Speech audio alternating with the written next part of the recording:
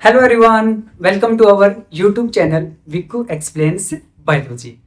Last video के अंदर हमने बात की थी एक छोटा सा ब्रीफ इंट्रोडक्शन कि हम देखेंगे कि लिविंग और नॉन लिविंग में क्या डिफरेंस होता है, या लिविंग के क्या करेक्टरिस्टिक्स है जिनके बेस पे हम बोल सकते हैं दिस इज लिविंग और दिस इज नॉन लिविंग। तो कुछ पैरामीटर्स है या कुछ करेक्टरिस्टिक्स है, जैसे कि ग्रोथ, जैसे रिप्रोडक्शन, थर्ड है हमारे पास मेटाबॉलिज्म, फोर्थ है हमारे पास सेलुलर ऑर्गेनाइजेशन,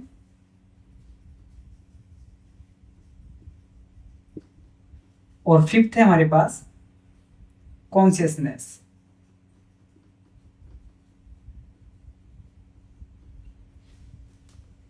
इनमें से हम देखेंगे कि इन पैरामीटर्स के बेस पे क्या हम किसी को लिविंग या नॉन लिविंग बोल सकते हैं या नहीं बोल सकते।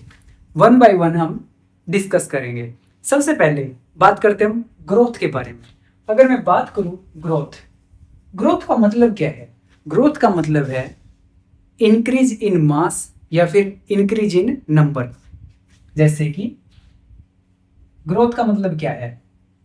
किसी भी ऑर्गेनिजम्स के अंदर या तो इंक्रीज इन मास या फिर इंक्रीज इन नंबर, यही मतलब है ग्रोथ का। तो जैसे कि मैं बात करूं, बैक्टीरिया है 1 से 2, 2 से 4 ऐसे, तो ये क्या हो गया? Increase in number. और इंक्रीज इन मास, तो क्या हम ग्रोथ के बेस पे किसी को लिविंग या नॉन लिविंग बोल सकते हैं? तो देखते हैं। अगर मैं इसको पैरामीटर मान लूं ग्रोथ को कि हाँ बोल सकते हैं, कैसे बोल सकते हैं? जैसे कि मैं बात करूं, मतलब किसी ने बोला कि हाँ बोल सकते हैं, लेकिन कैसे कि हाँ भाई किसी लिविंग ऑर्गेनिज्म के अंदर उसका मास बढ़ रहा है, उसकी लेंथ बढ़ रही है, तो इसका मतलब उसमें ग्रोथ हो रही है, तो ये लिविंग हो गया। लेकिन नहीं, क्योंकि मास तो माउंटेन्स का भी बढ़ता है, हाइट, ठीक है, हाइट तो उनकी भी बढ़ती है माउंटेन्स की। और तो इसका मतलब क्या है? क्या माउंटेन्स लिविंग हो गए? नहीं, नॉन लिविंग माउंटेन्स। तो इसका मतलब है ग्रोथ को हम डिफाइनिंग कैरेक्टरिस्टिक्स नहीं बोल सकते, क्योंकि जो लिविंग ऑर्गेनिजम्स होते हैं, ये जैसे कि कोई लिविंग ऑर्गेनिजम्स है, ये हमारा मुन्ना भाई, इसके अंदर जो ग्रोथ है वो कैसे होगी? इंट्रिंसिक होगी, मींस अंदर से होगी। और माउंटेन्स के अंदर कैसी होती है ग्रोथ? है एक्सट्रिंसिक। और इसके अंदर इंट्रिंसिक, ठीक है, इसके अंदर होती है इंट्रिंसिक ग्रोथ और उसके अंदर एक्सट्रिंसिक, मींस बाहर से इसके ऊपर धूल, मिट्टी, कण ऐसे एक्यूमुलेट होंगे, तभी इसका मास या फिर इसकी हाइट इंक्रीज होगी। तो इसका मतलब है ग्रोथ के बेस पे हम नहीं बोल सकते कि ये लिविंग है या नॉन लिविंग है। यहां तक कोई दिक्कत नहीं? दिक्कत। उसके बाद इंक्रीज इन नंबर, जैसे कि बैक्टीरिया है, वो क्या करता है? 1 से 2 हो गया, 2 से 4 हो गया, ठीक है। उसके बाद मैं नेक्स्ट बात करता हूं कि ठीक है, ग्रोथ को तो हम नहीं बोल सकते, ग्रोथ को हम बोल सकते हैं, डिफाइनिंग कैरेक्टरिस्टिक्स नहीं बोल सकते। उसके बाद नेक्स्ट है हमारे पास रिप्रोडक्शन। क्या रिप्रोडक्शन के बेस पे हम बोल सकते हैं लिविंग है या नॉन लिविंग है? तो कुछ ने बोला हाँ बोल सकते हैं, क्योंकि लिविंग ऑर्गेनिजम्स तो रिप्रोड्यूस करते हैं।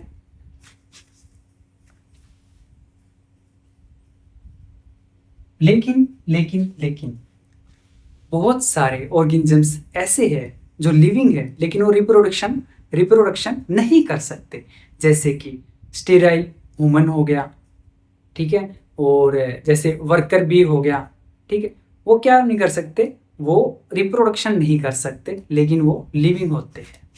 तो इसका मतलब क्या है? जैसे कि एक्सेप्शंस क्या हो गए इसके, जैसे स्टेराइल ह्यूमन है,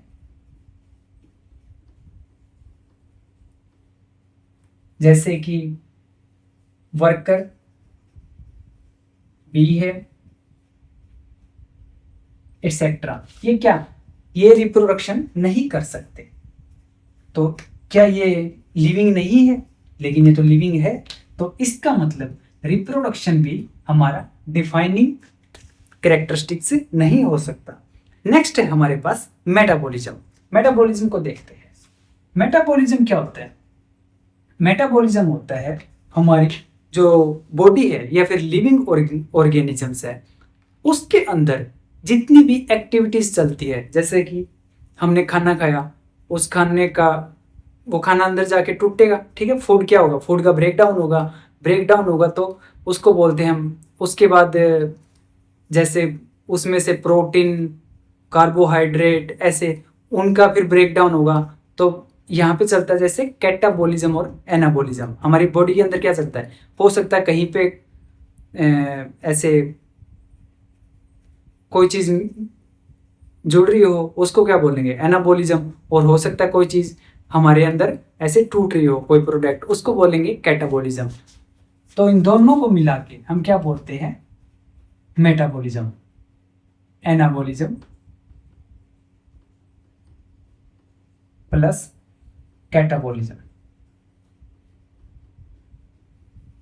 ठीक है, ये होता है ब्रेकडाउन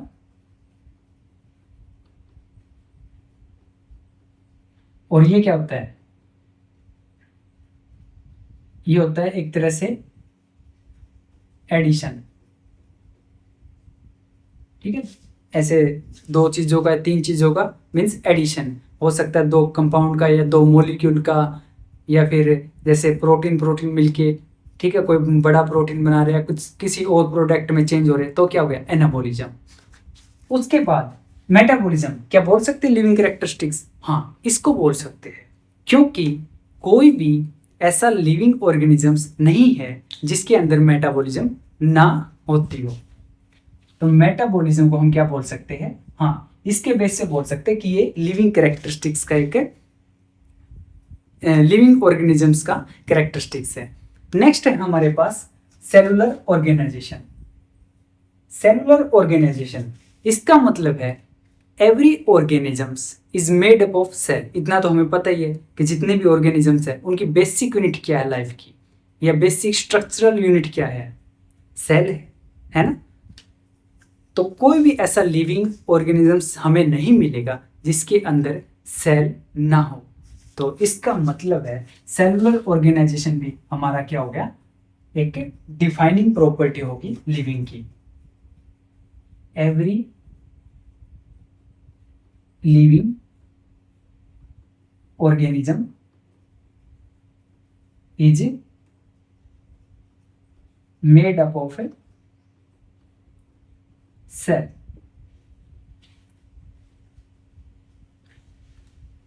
उसके बाद एनसीईआरटी एक वर्ड लिखती है इन विट्रो।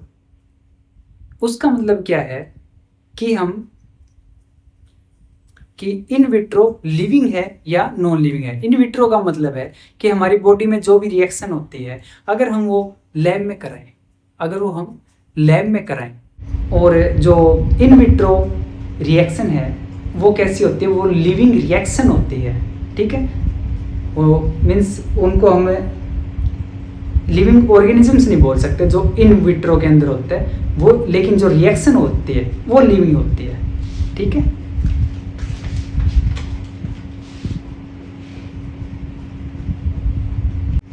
नेक्स्ट हम बात करते हैं कॉन्शियसनेस के बारे में। What is consciousness? कॉन्शियसनेस, जितने भी लिविंग ऑर्गेनिजम्स है वो क्या है, अपने आसपास के मीन्स अपने जो आसपास का एनवायरनमेंट है उसको सेंस कर पाते हैं। ठीक है, डेंजर को प्रेडिक्ट कर पाते, मीन्स देख पाते एक तरह से, तो खुद को फिर प्रोटेक्ट कर पाते उससे। मीन्स एक कॉन्शियस, इसको बोलते हैं कॉन्शियसनेस, कि अपने आसपास के प्रति अवेयर होना। ठीक है, इसको बोलेंगे हम कॉन्शियसनेस। तो जितने भी लिविंग ऑर्गेनिजम्स है उनके अंदर कॉन्शियसनेस मिलती है विदाउट एनी एक्सेप्शन। कोई भी ऐसा लिविंग ऑर्गेनिजम्स नहीं है जिसके पास कॉन्शियसनेस ना हो। और उसी के अंदर हम बात करें, अगर केवल एक ह्यूमन ऐसा है जिसके पास सेल्फ कॉन्शियसनेस है, मीन्स एक ह्यूमन ही ऐसा है जो खुद के प्रति अवेयर है, ठीक है, खुद के डिसीजन के प्रति, मीन्स एक तरह से सोच सकता है वो अपने बारे में। तो इसका मतलब है कॉन्शियसनेस भी हमारा क्या हो गया, डिफाइनिंग कैरेक्टरिस्टिक्स हो गया लिविंग ऑर्गेनिजम्स का। तो अगर मैं बात करूं तो कौन कौन से डिफाइनिंग कैरेक्टरिस्टिक्स है जिनके बेस पे विदाउट एक्सेप्शन बोल सकते हैं कि ये लिविंग है, ये नॉन लिविंग है। तो वो है हमारे पास मेटाबॉलिज्म, सेलुलर ऑर्गेनाइजेशन और कॉन्शियसनेस।